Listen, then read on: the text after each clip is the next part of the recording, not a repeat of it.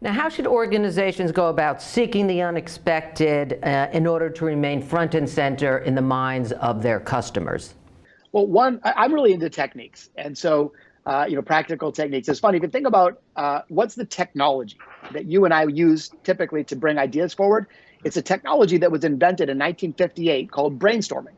Well, a lot has changed since 1958. And brainstorming, in fact, is a rather ineffective technology. It tends to bring safe ideas and mediocre ideas, but not bold ones. So over the years, I've built a whole toolkit of many other technologies that I think are better. I call it idea jamming, by the way, instead of brainstorming. But one real quickly to answer your question, how can companies seek the unexpected? It's a technique that I've coined the judo flip. The judo flip. So here's the way it works. Let's say you're trying to better serve customers. So first you take an inventory of how have you always taken on a particular thing in the past? What's the conventional wisdom? What's the industry prevailing approach? Mm-hmm. Then you draw a line down the page, and next to each entry, you just ask yourself, what would it look like if I judo flipped it? In other words, what's the polar opposite?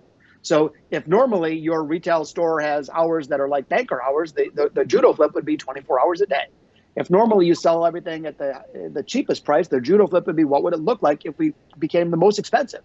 And so it's not necessarily agreeing to do any of these things. It's challenging yourself to be oppositional to conventional wisdom. And that judo flip approach can actually really open up some fresh possibilities. Not that those are final work product, they may need some revision, but at least it opens you up to fresh possibility.